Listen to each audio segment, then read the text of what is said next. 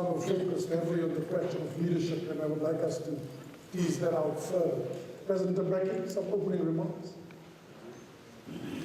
Thanks, Chris. Our chairperson for this evening, Mrs. Dr. Bam, did indeed report that we had invited the Prime Minister of Ethiopia, Meles Zenawi, to come and deliver the lecture this evening. And indeed, as she said, some urgent problems arose, and so he couldn't come. He was coming for the Diaspora Summit tomorrow, so he can't come even for that. I'm mentioning this again because a debate then ensued within the foundation. What do we do? We no longer have a lecturer. But we still have Africa Day. So what do we do? I was in Khartoum when this problem arose. You know President Obasanjo, in some year, I can't remember what year it was, I was in Malaysia, and Australia was the acting president.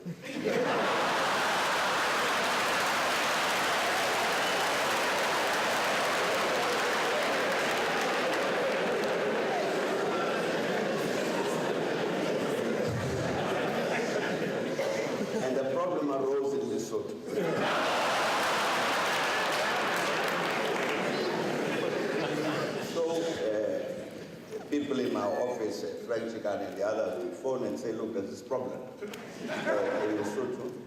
What do we do? I would say, no, there's an acting president. From him. And he ordered the South African army to go into this.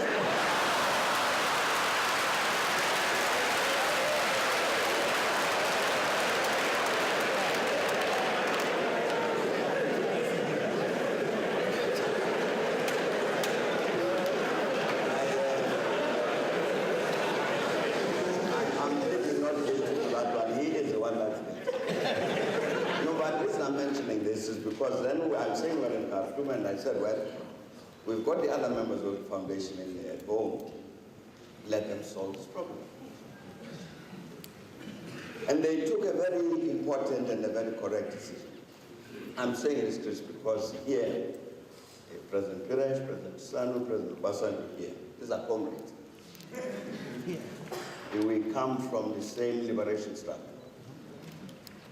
And when they were told, day before yesterday, that here is a problem that's arisen now, you've got to vote. They promptly acted. All of them.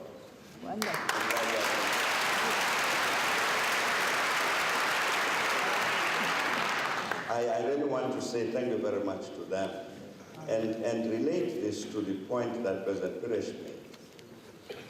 When he said we must distinguish between independence and liberation.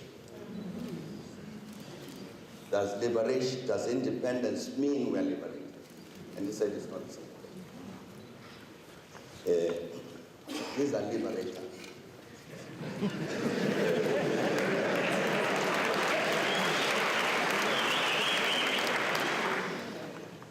These are liberators, you see, and we are celebrating, again, President Sano was saying, and our speakers, Bani and Manda, the 10th anniversary of the foundation of the AU. And I think in reality the AU was raising this question that President Pires has raised. Here we are, so many decades of independence, but are we liberated? And we said one of the things that needs to be done, let's change from this OAU into an AU, not just a change of name, but for the AU to focus on the matter of liberation. The entirety of Africa is now independent, but is it liberated? Hence all the points that everybody has been making. for us to generate our own ideas, to use our human resources, cooperate among ourselves. And it was during this period of the African Union that you find all of these things like NEPAD, and Peace and Security Council, and Constitutive Act, all of these things, to address this matter of the liberation of Africa.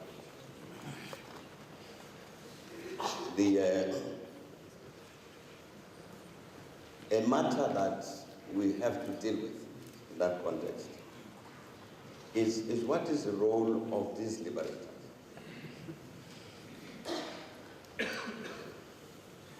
They are now unemployed.